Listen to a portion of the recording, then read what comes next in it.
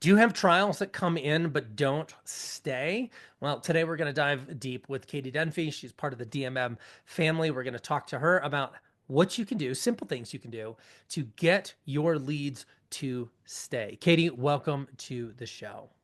Hey, how are you? So Happy to be good. here. So happy to have you. Just for our listeners who maybe don't know you, would you mind just kind of giving a brief introduction to who you are and what you do here at DMM? Sure. So I'm a success manager with DMM. I have a client-facing role, so I meet with our clients, plan new campaigns, but not just that. We talk about what's going on in their studios, what's going on in their lives, help them refine the process. I think this is kind of where this all came about of this trial experience and, how we can make things special for our new students and parents.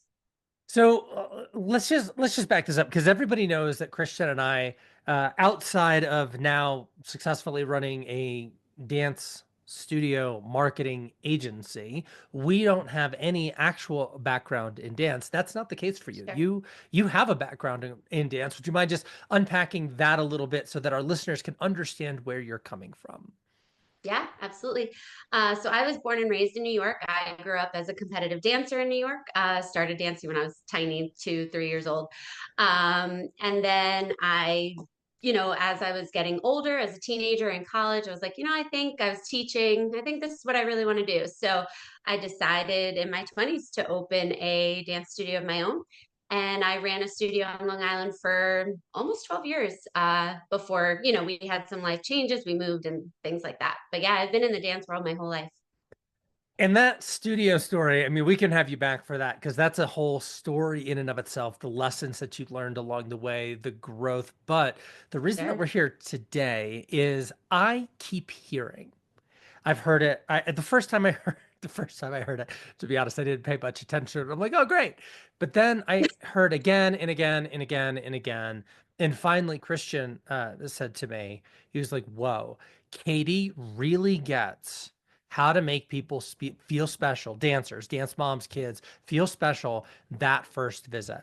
And maybe the fifth time I heard it, I'm like, okay, what is it that you know that the rest of us don't? And so that's what I'm hoping to Sure. get into today. I just want to go right after it.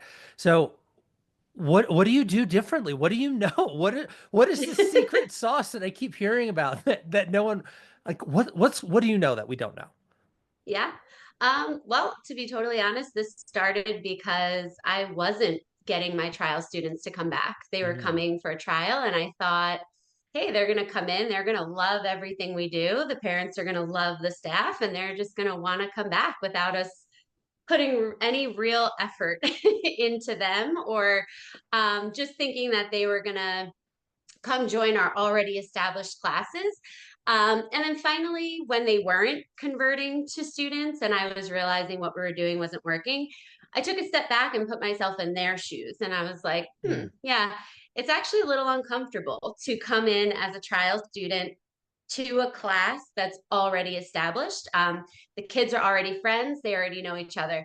The parents are already friends, they already know each other. So now in my opinion, I think sometimes adults can be worse than kids. So if the parent feels uncomfortable, they're most likely not going to come back, even if their child had the best time. So mm. I kind of looked at it big picture and I broke it down and I tried to make both the parent and the child feel comfortable, welcome, like they were part of a family.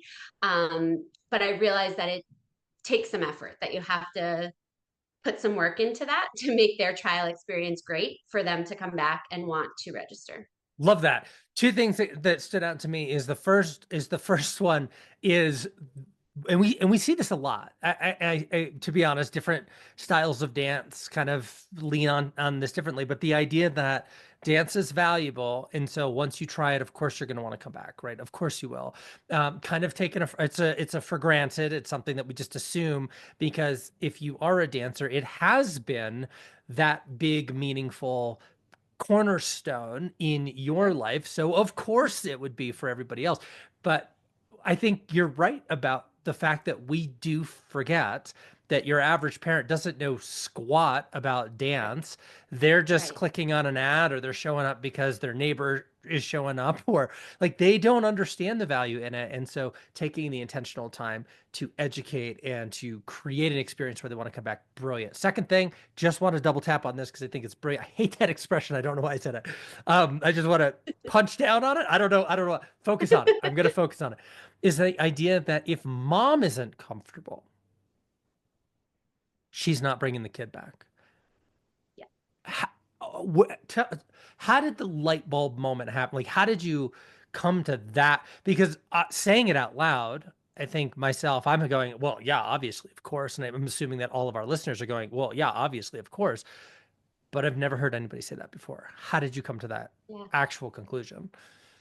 I read the room in my Mm. lobby with my most toxic dance parents. And I think, as much as everyone says we're a dance family and we love each other, there's always that handful that create some chaos. And I thought I had a good handle on them, which I did, but I realized how they made others feel.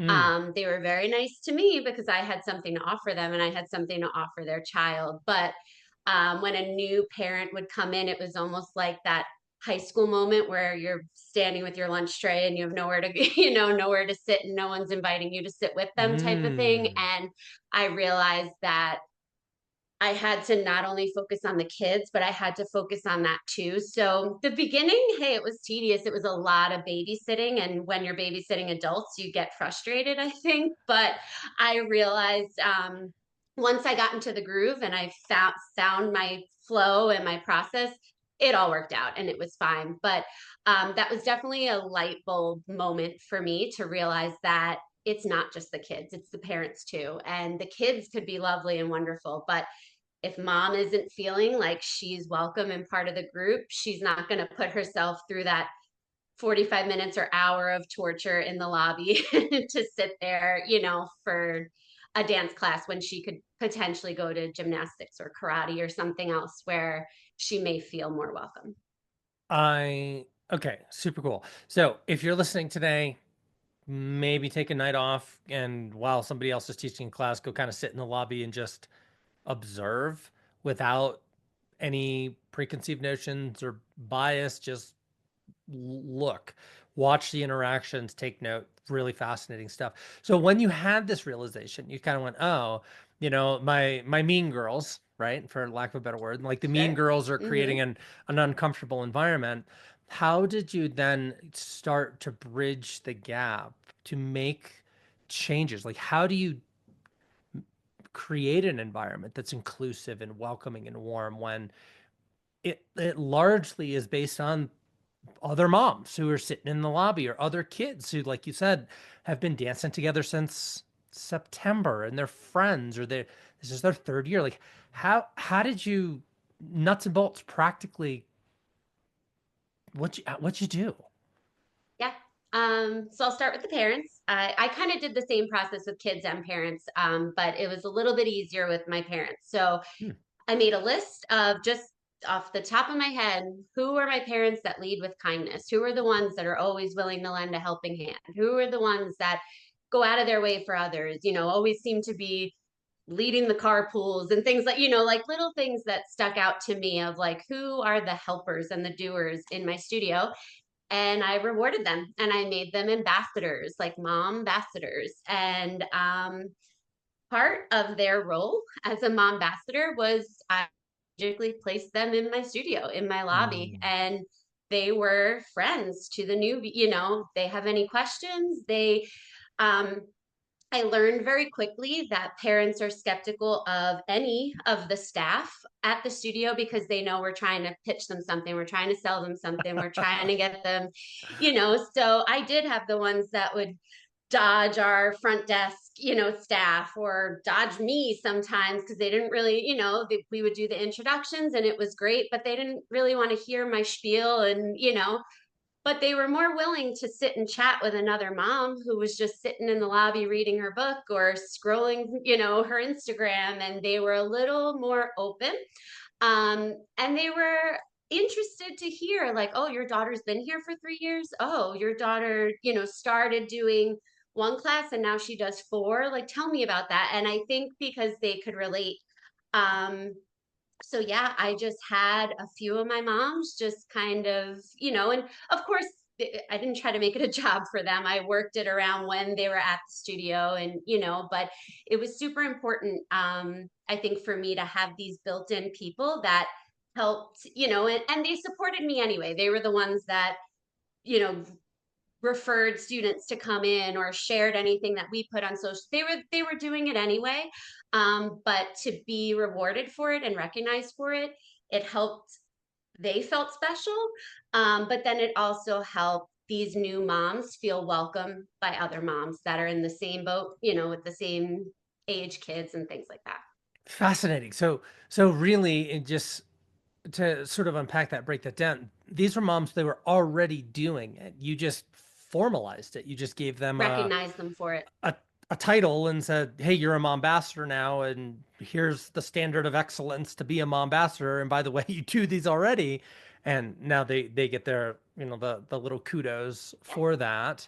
They feel seen and appreciated. Also probably creates new um, to do it with more intention, right? Like the psychologists say sure. that if you want to see good behavior, if you want to see more good behavior, catch people doing it right. Don't tell them when they did it wrong. And it sounds like that's Right. exactly what you did.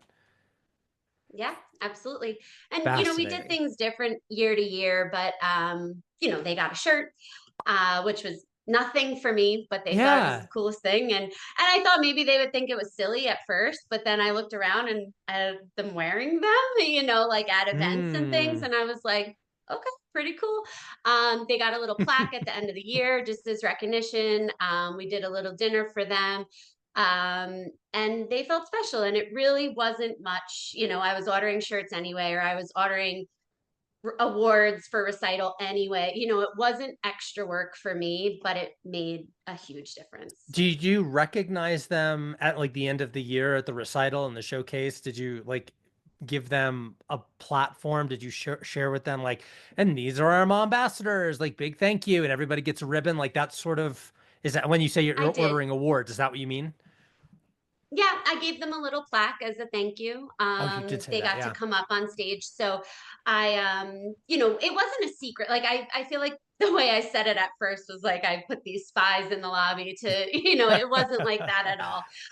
It was clear who they were, and but I think it just helped where there was somebody welcoming them. It wasn't like, ooh, that's a new mom, go get her type of thing. But, it just made them feel more welcome. And, and like I said, these moms would have done it anyway. I didn't, I picked the people that would talk to anybody in the lobby or would recognize a new parent on their own and, just make it a point to chat with them. So it was just recognizing them for what they had been doing all along.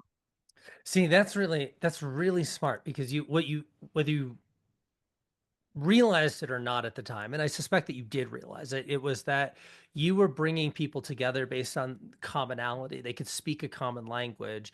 Oh, you're a mom? I'm a mom too. You have a kid? I also have a kid, right? In that language of connection really matters.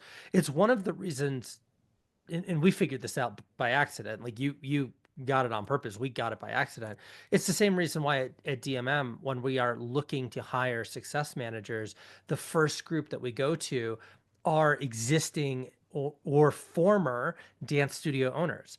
Because there are things that Christian and I, and we've said this before, we don't understand. Like we get on these calls because we did them for years and we jump on the calls and people were always talking about numbers, numbers, numbers, numbers, which is great. We love talking about numbers, but we didn't understand any other side of what they were going through in the business because they couldn't talk to us about it because we didn't get it. And then as soon as Sure. like you started stepping into that role, we started hearing things, from you, and we do our check-ins and our huddles, and you'd be like, "Oh yeah, this studio's good." And we were like, really? Like we didn't. That's never come Right. up on a call that we've ever had with them. Like, and it just that language of common, I think, matters a lot. Sure. Yeah, Fascinating. absolutely. By the Yeah, way, so I just that's want what we to. touched on with the parents. Go I was ahead. just gonna Yep. say, never underestimate the power of swag. Like you said, it's just a t-shirt. Yeah. It's like it really does help people feel like they belong. It's an amazing thing. So I just, Yes. wow. Yes. Okay. So how did you do it with the kids? Because I imagine this got a little more squirrely than with, moms who were kind of sitting in the lobby. How'd you do it with the Yeah. kids? Like, how do you make kids Yeah. feel There was special? definitely more with the kids, of course, because that's where our focus is. The class is for the kid. The reason why we're all here is for the kids. So that's why I kind of started with the parents because that was a bit easier. I think it was just recognizing my nice parents and just Giving using them a that to my t-shirt. advantage. Yeah. Yeah. But for the kids, the first thing that I realized is, we had these screens, like TV screens in our lobby, and we would put important information on there, things they needed to know, and it would just rotate all day long. When we didn't really have anything to put up there, we would just put like a photo montage of the kids or our old recital videos. Just we always had something going on there for people to watch if they wanted or to see. And these kids would come in and we'd be like, hey, what's your name, and they check them in at the desk and be like, okay, your class is going to be over there. And it's pretty much it. Like we didn't really do anything. And then I'm looking around and I'm like, we have these screens. How easy is it to be like, welcome, Maddie? Like it's so simple, so Mm. easy, takes 2 minutes, and it made all the difference. So we every day, just on our screens, or every day we had a trial, we put welcome to our new students and we just made sure that everybody's name was on there. So sometimes it was 3 people, sometimes it was 10 people. Like some days there was So none, cool. but anytime we had them. So the very first thing they saw when they came in the door was their name on a screen welcoming them to come in.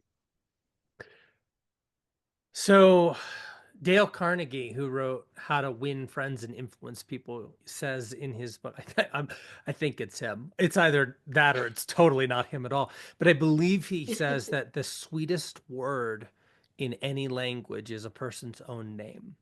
And so that idea of just like, that's so clever, so simple, but so clever Yeah. to just say, Yeah.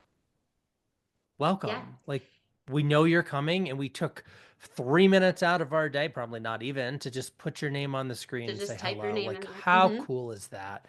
Yeah. And if they had Fascinating. to wait, because things get busy, especially if they're coming at 6 p.m. when classes Sure. have already started and there's this crossover of kids leaving, kids come, just that chaotic Chaos. Yeah. few minutes in the lobby. Um, there's no guess, no second guessing. They're in the right place. Their name is right there, so it was really helpful because when So they are smart. waiting, if there wasn't somebody to welcome them right that very second, of course, they're going to look around, they're going to check things out. They see their name on the screen, they know they're in the right spot. That's super cool. Yeah, I mean, it's like I'm making all these bad analogies, but it's just how I'm processing this in real time. But it's like, when you go like into a tourist town and you walk in, they've got all like the little surfboards if you're like coastal or whatever, Oh yeah. and it's got your like the names on it. And With the with like names, sure. everybody always walks over and just starts like scrolling. Even like I'm never gonna buy like a surfboard keychain. Like that's You not just want to know if your name I is there. just want to know if my name is there. And there's something that's real. My name is never there, by the way, but there's something really special about that. And Yeah. if you're listening today, I hope that like that image goes in your brain because we all do it. You're not going to buy the keychain. You're not going to buy it. You just want to know if your name's there, which I Yeah. think is super Sure. slick. Fascinating. Okay. And if you don't have a screen, anything, a whiteboard, a cheese board, anything, just anything that you can use to just put something Yeah. with their names. A Super chalkboard. It small. doesn't have to be, don't go out and buy a screen to put in your lobby just for this. There's so many other ways that you can do it. But I think a lot of people have them now. So, it's just a cool Mm. way. Carissa, when we went to visit her, we stopped by her studio when we were out in Connecticut for Regold's event last Hmm. summer, which, by the way, I am going to be at Regold's event this, I believe it's in July this year. July. But I will be there. I will be there again in Connecticut. So if you're planning on going, if you're like on the fence, you're like, hey, I don't know if I'm going to know anybody, I'll be your friend. And seriously, like I'm going to be there and we have a great time. I love that conference. It really is fun. But we stopped in to see Carissa Monroe, who we had on the show a few weeks ago. I feel like we talk about her a lot, but she painted her wall with chalkboard paint all around Love that. the front desk. And so that they did the same thing. Like when we came to visit, there was a big welcome sign and it said like welcome Bryce and Christian. And we've realized, oh, she does this for all of her trials who are coming in, which again, like 5 minutes, maybe like Yeah. super simple Yeah. for you, really impactful for mom and kid. Super cool. Yeah. Super. Yep. I love that. Love that. What else? Anything else that you Oh, did that you feel like you oh did yes. different? Oh, there's more. But wait, all right. There's I so feel much like more. I'm just slowing it Yeah. down. Like you just go. Go ahead. Um, so the next thing that we realized was that, we could welcome them. We had the list at the desk. We made our teachers aware because, they would have their ways they took attendance, and these trial students weren't yet on attendance sheets because they weren't registered students. So, we'd be like, hey, you have this trial coming in. Her name's Gianna. And then you get 20 kids in the classroom and you're like, what's that kid's name again? And they would forget, and then they'd be like, honey, come over here. And we're like, her name's Gianna, not honey, and it would just be a whole thing. And it became chaos. So we thought about stickers, that we use stickers. I know some people say they fall off. There's different ways to do it. But we were okay, with just like a little sticker label that we put on their shirt. And we made it very similar to the Disney pins, like my first trip to Disney. We Mm. designed them very similar to those, where it was my first day at the dance studio. So you put your logo, you put your studio name on there. It's my first day, and they get their sticker, and we had it where there was a space to just write their names, so we didn't print them. Again, very simple. Our studio staff did this the night before in preparation for the trials that were coming in the next day. Took 3 minutes. You got your list of trials, who's coming in, write their names, it's ready to go. So then when they come in, they get their sticker, and they felt special because they got something right away when they walked in. But these were actually more so for us because we knew who the trial Yeah. student was. The teacher didn't, at a glance, they could remember the name of the new kid when they're overwhelmed with so many kids in the classroom, and it slips their mind of what that new student's name is. So they could just look up and they saw what the student's name was. This So also good. tied into we taught our current students, like, hey, if you see somebody with a new, with this sticker in, Say remember hello. what your first day felt like. Right. Remember how nervous you were on your first day doing something new. Be kind, take them under your wing. Say hello, things like that. If they were old enough to read, we would say use their name because you can see their name. Sometimes, they're not old enough for that. So, but they just all kind of learned, and they started doing it on their own, that they recognized that they were new So because they had cool. the sticker. Some of the kids got it themselves, they got the sticker on their first day and now they're registered. So they remembered, like, oh, yeah, when you come in on your first day, you get a sticker. So they recognize that in new kids. Um, but along with that, though, we did assign a student buddy, with the same thought process of the ambassadors, the ones that lead with kindness, the ones that are always willing to give a helping hand. And, they were always there stepping up.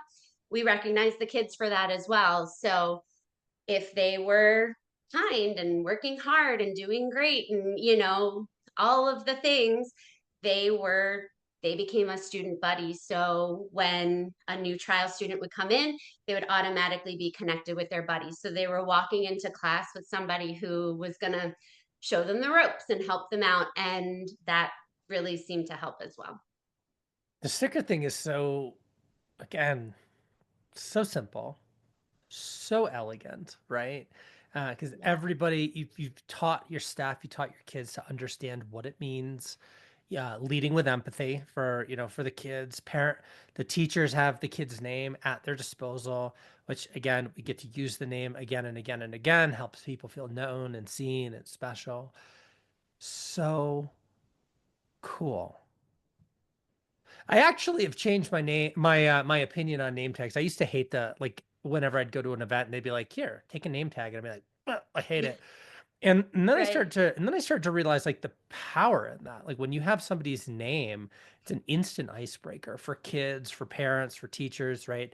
Super cool just to say, "Oh, hey Gianna, great to have you here." And it's like, "Oh, I Yes. feel like, how did you know?" Well, it's on your shirt, but it doesn't Right. Right. like we just that's just cool. That's so Yeah. cool. So simple. What Yeah. else? I'm like, this is awesome. Yeah.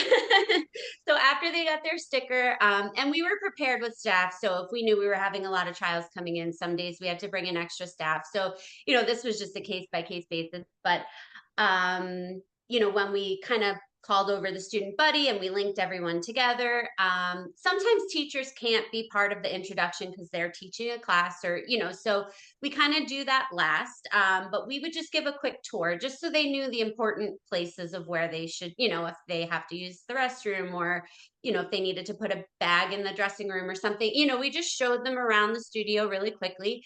Nothing big, just, this is where we'll be. These may be the places you need to go. We allowed parents in our lobby. I know that's kind of a controversial topic, but It's we did. turns out it So is, we yeah. would show mom, where she could stay and sit and observe the class on the screens and stuff like that. And then that was it. We would bring the student with their buddy to, kind of give mom a kiss. We're going to go to our classroom. And then our studio staff would walk the child with their buddy to the classroom, show them where it is. And then that's where we would do the introduction to the teacher. So, Cool. again, really quick because there's not much time, especially with classes, passing in and out. So we would just do a quick introduction. This is your teacher. You're going to go with your buddy into your class. And then that was pretty That much was how we it. got them started. Yeah, Yeah. that was it. They would go into their class at that point. Um, and then, we had our mom ambassadors in the lobby to talk with mom because she's sitting there. We always gave them time to observe the class because that's important so they could see what goes on. Sure. We don't want to always bombard them with having to have a conversation when they probably want to see what's happening. So they could talk to the other moms in the lobby. But then we also had studio staff to go over, answer any questions, and then kind of try to lock in that sale. So that's when we would talk about the incentives. We always did same day registration incentives if they wanted to sign up. We also did a 24-hour, sometimes 48-hour incentive past that, if they gave us we want to go home and chat about it before we register. We always had that. But that's when those conversations would take place. That would be during class time. So this is important because I think for a lot of studio owners, specifically ones that struggle with actually making the sale, they wait until class is over and kids are coming out and mom is back with their child, and then they say, "Do you want to sign up?" Well, now it's late. I got to get home. I know my family's hungry. We're tired. There's nothing keeping me here anymore. And that's a tough sell. I mean, it's Yeah. like if you've ever been to Costco, the experience, or I mean, honestly, even not Costco, just like Christmas time, think Salvation, what's the bell ringers, that's Salvation Oh, Army, right? Salvation Army. Yeah. Yeah, yeah. It's like, and you're coming out of the store, you're on your way home, you just grabbed that one thing that your spouse or partner said, "Hey, can you pick this thing up?" And you're like, "I gotta go. Traffic's getting bad, starting to snow." And they're like, "Excuse me, sir, do you have time?" "No, I do not have time. I don't. I Right, gotta right. go." And it's that same sort of thing. It's the guy at Costco who's like trying to sell you like a new roof or a garage door when you're trying to leave. You're like, "No, I have like melting chicken in my cart. I'm not gonna talk to you right now." And so it's that sort of idea. So you did it during the class time. Like it sounds like, and tell me if I'm wrong, it sounds like that first visit for mom, whether she knew it or not, was really structured, right? Oh There yeah. was Yeah. okay. Mm-hmm. Okay. Definitely. And we always had the and it's going to sound kind of staged, but it really wasn't. Like we would be like, look how much fun she's having in there. Or, they seem to really Yeah, be getting along. But I will say and yes, of course, there's always those trials where the child cries and doesn't want to go in and wants no part of their buddy or, yes, of course, I'm not saying it was always perfect and this is a foolproof plan. There's sure. definitely times where you're riding on their emotions and their mood as well. Sometimes mom's not really feeling it and doesn't want to talk to you. And, so this is all kind of based on, but I will say 95% of the time, this is how things went. And it was pretty smooth once we got into this process and this groove of the trial experience. And they were usually very open to hearing what we had to say at that point. Love that. And I mean, and you kind of touched on this, the idea of designing your ideal, knowing that it's not always going to go that way, right? Like I have Right. kids, and sometimes my kids just like wake up and they are just, it's a crank fest all day long. And it's Yeah, like sure. nothing's going to snap them out of it. And that's just how it is. And so it's just, we know that kids have bad days, grown-ups have bad days, like everybody has bad days. And so just, but designing, like, this is our ideal process. This is what we desire. Everybody goes through and experiences. And then we modify. And then we say, listen, it sounds like she's having an off night. If the kid's just like clinging on mom's leg and won't let go, and you're like, we're having an off night. Do you want to come back next week and try it again? Yep. Totally easy, That's right? Like that's exactly an what we did. easy, there you go. Okay. Yep, you're more than welcome to come back. And that's, we left that door open. And most times they did. Maybe it wasn't the following week, but, we continued that follow up. And most times whoever was having that off day came back and had a better time the next time because they had already been there. It wasn't so scary because they Yeah. had already seen the space, knew kind of what to expect going in, and then gave the class a chance. So yeah, with that being said, it doesn't always work perfectly, but for the most part, Yeah, and I this love, worked well. and the idea too, like what you just said, where once you get them through the front door the first time, getting them back through it is easier. And we've seen this, like an increasing, and you can attest to this. We've seen an uptick in success of turning trials into customers when we have an elongated trial process. Maybe that's 4 weeks or 5 weeks or 6 weeks of dance, or it's a 2 week class pass where it's like that first one, especially with the littles, can be really bumpy. And so if we Yeah, kind of habituate the action, it's like, oh, every Monday for the month of March, we're going to go to dance class. Well, suddenly it's not that scary because right, I've seen right. this teacher now 3 other times and I made a friend and my buddy actually is my buddy. It's just like Yeah, we yeah. have seen this slows down your sales process, but we have seen um, the conversion rate goes up pretty considerably. Exactly. And we had a bunch of times where, they would cry or act out or whatever it is. And sometimes you touched on it, they just had a bad day or they just woke up not feeling it. Like, they were just like, Yeah. today, I'm just going to be It's a cranky no no. matter what Yep. we do. And parents would turn to us and be like, I'm so embarrassed. I'm so sorry. And we'd be like, don't be embarrassed. And most of us, I'm a mom, a lot of my staff were moms and we're like, we've totally been there. Like, let's just give it a try next week, and they appreciated that. And we just told, no need to be embarrassed. We're all parents. We've all been there. We know how it goes, and let's just give it another shot. And that definitely worked well. Love that. Anything else? Because I mean, already, if you're listening to this, you're probably, I mean, hopefully you have a pen and paper with you and you're taking notes because there's a lot of things in here. And I don't think anything that you've said today has been like earth-shatteringly profound, but there's a lot of small, like brilliance in these small little steps that when you add it up as a whole, suddenly it's like really, really powerful. And I can see how that would work on parents to get them to say, Sure. this is a place where I feel seen, my kid feels seen. If I feel safe and they feel safe, then why wouldn't we come back, assuming they can financially afford it? Right. But Yeah. like you've taken a lot of the mystery out of it. anything else that you've done that Yeah. you're like, there's more, but wait, there's more. This may be a Sure, two-parter. sure. By the way, I specifically told Katie, and she'll attest to this. I said, I actually don't want to know. I want to go on the journey. I want to be surprised. So Yeah. I am genuinely like, wait, there's more. So I'm so excited. What else? So that pretty much takes us up to like while class is going on, right? So we would talk with the parent while class. And, another thing that you had said, which is true, everybody's hungry, everybody wants to go home. When class is over, you get the child like pulling at the parent's jacket, like, Yeah. they want something or, so the parent doesn't, they're at that point focusing on their child. They're not focusing on what we have to say. And they're like, sure, just give me the information. I'll do it later. And we know they don't do it Yeah, later. send me a So link, right? that's, yeah. So that's why while the child was occupied, we tried to talk shop with them because it was a lot easier to get mom's full attention while class was going on. But then when class was over, we still wanted to keep the experience going. We always had a little photo op area in our lobby. I know not everybody has space for that, and I totally get that. So this is definitely something that I guess would depend on your studio, but a step and repeat, a Mm. banner with your logo, something, just we had it set up. We had a little sign that said, that you could take a picture. Um, I've seen you could put like your social media on there, like tag us, things like that.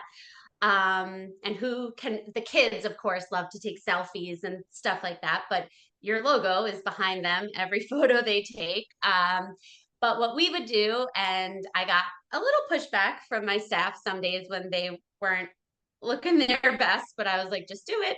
I would have them take a photo with the trial student. So when class was over, and again, this is Oh, something that so takes 2 minutes. smart. um, and as dance teachers, sometimes, especially when you're an owner and you're wearing a million hats, and you're like, the last thing I want to do is pose for a photo right now. Kind of have to put yourself in the student's shoes, and you're like a rock star in that moment. Like you are, you just gave them the best time ever. You're like a celebrity to them, to this little 4 or 5 year old child. So it doesn't matter what you look like. It is just this moment where they get to take a photo with you. Mm. So we had a Polaroid camera and we would go by the step So and repeat. smart. We would take a Polaroid real quick. We just shake it, it's there. The teacher writes on the back, hey, Maddie had the best time dancing with you today. Oh, Love Miss so Katie. good. And they get to take that home with them. So you give it right, you put the date on it, you give it right to the student. But while our staff is taking the Polaroid, mom can't help but whip out her phone and take a picture too. And then, of course, the post is coming after that. Maddie had the best first dance class ever. And then your Ooh. logo's in the background. So it's kind of like a double whammy there because mom is of course taking a picture while we're taking a picture, and then the student gets to leave with their Polaroid that's signed by their teacher. So smart. Especially because now Polaroids are making a comeback, doing the Yeah, physical thing with the tactical, I'm putting it in your hand. yeah, yeah. Brilliant. Brilliant. Because I like my kids come home with crap all the time. This is not crap, but my kids come home with crap all the time. Like handouts from plastic things, stickers from, whatever business they were just at. Like, I'm seriously, and they just kick around the house. I mean, Yeah, right. endlessly, which means As you get to see it again and again and again. So marketing is mostly about repetition, right? And so if I right, can, right. if I get to put a picture in my kid, now that I would keep, by the way, like if my kid went to a studio or had an experience or rode a horse and came home with a Polaroid picture, like, yeah, we'll keep that. We'll Goes on find the a place fridge for or that. something. Yeah, like Yeah, yeah. it's because it's Bring not it back. crap. Like that's actually super valuable, and that we would hold on to because if my kid's smiling in it, like that's it. We're keeping it. Right. And that's the idea behind it too. Super You're not smart. going to throw away a picture of your kid. You're going to hold on to it. No, you And really yeah. can't. Yeah. I mean, if you want to be the Yeah. world's worst parent, I guess you can, but yeah, that's a tough one. Super smart. Or they can put it in their bedroom. I heard a lot of people say she had the best time and she wanted to put it in her room. So now it's, in her room and she looks at it and things like that because it's just a picture of her and the teacher. So Yeah. that was something huge for us. It made a huge difference. Definitely made people feel seen and just it was nothing big. Again, took 2 seconds for the teacher to write, but it was just something on the back that made them, you know, it was signed by their teacher who they think is a celebrity. So it was just That's really pretty cool. cool. Yeah, it's like getting a Hmm. letter from Mickey Mouse when you're 4, right? It's like that Right, same sort of, right. yeah, super cool. Yeah. And Okay, then the last thing we did when they left, so the picture was right when they, would leave class. And then the way our studio was set up, you had to pass the desk again to go out the door. So smart. we had a bag. We bought just in bulk, I think from Amazon, plain gift bags. And we would write the child's name. We had a staff member with beautiful, like cursive handwriting. So she made it look really fancy and nice, and we had a little gift bag. And inside, sometimes we would put some of the things you just talked about, like branded, whatever we happen to have, a water bottle or something like that. Sure. Not always. Sometimes we didn't have extras laying around, but um, what we did put, which was cool, was a lot of times teachers use the same playlist in class over and over. So we put the So playlist of the songs we played in class. Oh, And the parents would go on Spotify or whatever they use to, Apple Music, and they would find the songs. And they said, "Do you know I put the song on?" And they did what you guys were doing in class. We are like, "Yeah," because they remember. And kids are really so smart good. and yeah, so they would remember like, oh, when they played this song they did this. And so we just asked each teacher for their playlist, what do they use, and we just printed them out and put them in the bag. um, we also had Hold oh, go on. ahead. So when you Yeah, when you sure. say the playlist, you just wrote like the names of the songs Oh on yeah, a we just piece of printed it paper? out. We just typed a list and printed it out, and this is Miss Megan's playlist, and that just went out See, to the okay, parents. so let's build on that one because I don't know if Spotify was as big a thing as now then as it It is now. wasn't, yeah, So, yeah, but because there's different now, ways to do this now. yeah, so now you just build a thing, your playlist on Spotify, and then just do send a QR code. Like you can And still then they write it can out, get but it just that way. QR code, and they Yeah. just scan it, and suddenly mom has it on her playlist too. So, I think even now you can build on that idea Yeah, you could do even it more even easily. Yeah. easier this way. Yeah, Yeah. sure. Uh-huh. But So we at that cool. time had it printed and they would get the songs and so we put a printed playlist in there, but that's actually really smart to just do a QR code. Um, we had an area where our littles, I think like our 2 to 5s, we would give them coloring sheets, and we would rotate them. Hmm. So every week, if they colored it, we would post it and then we would pull them, put it up on the wall and then we would pull them down. And the next week we would put up new artwork and, Cool. they could write their name on it. They could make it fancy, whatever they want.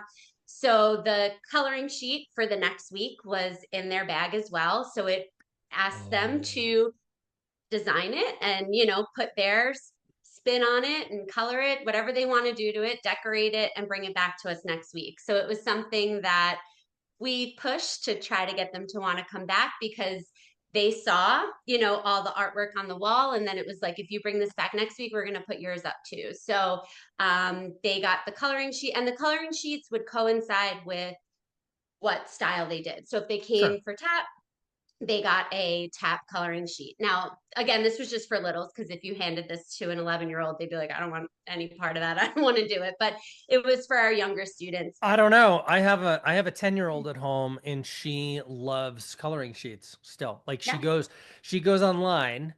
I mean, she has the sophistication to like borrow mom's phone or my laptop, go online, find her the coloring sheets, print them out, and then she still colors them. So, And she um, does it. Yeah. and she So still likes that at 10. that's actually a good idea. I think I forget the age we stopped, maybe 7. We mostly got our 2 to 5s to come back and bring them back. That was the bulk of them. But yeah, we would put them in these little So bags smart. that we would give out to them. And then we also had little cards that invited them to bring a friend next time they come. So we didn't do a couple times we would do like a bring a friend event, but we really didn't do that. But we did have cards that said like, hey, bring a referral cards really. Yeah. But we put it in that bag. And I can tell you that sometimes we would have trial students come for their second class, bringing someone new for their first class. Super cool. And there was instructions on that card of what to do, how to set it up. It wasn't like just bring someone random with you. It made it clear that we had to have them sign up for it so we knew they were coming. So all the information about that was on the card, but that also went in the bag. Sometimes worked, sometimes went nowhere, but it was still worth it to print out those Costs you cards. nothing. And Yeah. yeah, exactly. So we sometimes had our trial students bringing us a new trial the next week. So it was Huge. just like this. Yep. And it was all because we gave them this little bag as they walked out the door. They had their Polaroid, and that was our trial process. So for those who are listening, because there's I mean, there's so much in here. It's a lot. Yeah. And so this may be the longest episode we've ever done, which is totally fine, Sorry. no, no, it's not. Please don't be sorry, because this is where we're getting into practical nuts and bolts. Like you have given studio owners who are wondering, struggling, how is it that some studios grow so quickly and mine is not? Well, you've given a literal step-by-step playbook on what you can do. And the thing that I'm hoping, if you're listening to this, you're taking notes, you're going, oh, that's good. Every single thing that Katie suggested that went in the bag, that went like happened in the lobby with mom, with the stickers to let kids know that they're new, like it's their first week. It's all designed to do two things. One, make it easy to be there day one. Like just reduce friction, put grease on everything so it just kind of slides. It's not hard to introduce yourself to someone when they're wearing a name tag that says, "My name's Jenny." Super easy. "Hi, Jenny." I'm like, it's so easy to do, Right. right? Mombassadors, you're just greasing the wheels, making it really, really simple and easy. The second thing is every other thing that you did really pulls people back into the physical space. And I think that's important in our like ultra super digital world now, to have physical things, a physical coloring sheet that goes on an actual wall, a Yeah. physical Polaroid, a physical bring a friend referral card. Like it's so tactile that I just think there is a profound brilliance in that truthfully gets missed if we're not paying attention to it. So again, nothing here is like earth-shattering. That's not true, because I said whoa a whole bunch of times. It's just a lot of small intentional, I think that's the word, intentional moments, interactions with mom, with the kid, that create experiences that they want to come back for. And that to me is just the coolest. Yeah, yeah. And Wow. I was so guilty of being the one that always said, I can't add anything more to my plate. Like I do so much already. I can't do it. So all of these things were super simple. You can order in bulk. You can do, like it's just once you have it, you have it. You don't, it's not creating a lot of extra work. But the minutes that it's adding to your day is so worth it because it's bringing more, it's, helping these trial students feel welcome, feel seen, and they're Convert. Yeah. registering and they're coming And back. that's Hmm. the thing that I think people miss. Honestly, a lot of studios miss is that they look at how I mean, you do. If you're running a business, you have a million spinning plates, right? You've got schedules Oh, going, yeah. competitions, recitals right around the corner. The venue just canceled on you. Three of your teachers are out sick. One's going on maternity. Like there's a lot happening. And so Yes, yes. I'm not minimizing that by any mean, but if you are able to take that maybe 5 extra minutes total per kid, give them that one-on-one personalized attention, and then they turn into a customer, that is so much more valuable than spending 2 minutes with kids very unintentionally that don't turn into customers. And now you're just Right. spinning your wheels again and again and again on all these trials that aren't converting, versus spending a few extra minutes and really finding the right fits and getting them through the front door. So Yeah. Katie, really good stuff. Really good stuff. Um, if you're listening to this today and you're going, wow, that was amazing. How do I get more of Katie? Well, Katie is on staff here at DMM. These are the sorts of conversations that we have with our studio partners, the clients that we work with, the studios that we work with. These are insights that they get. These are conversations that we have to help studios really win. And I think it's worth saying that we look at marketing, people look at what DMM does and they're like, oh, it's just marketing. It's not just marketing. It's about building an Yeah. entire experience, a system, a machine that works for you to attract kids, to bring them through your front door, to get them to stay. And so, Katie, I really just want to say thank you for showing up today, for kind of pulling back the curtain, for sharing some really big insights. And if you're listening to this, I hope you do something. So thank you again, Katie, for joining me here Thank today. you. Thanks for having me. I had a blast. Thanks. All right. Well, that's it for this episode. Hopefully, you've got a page or two of notes. And more importantly than learning it or hearing it, I hope you go do something with it. See you same time, same place next week.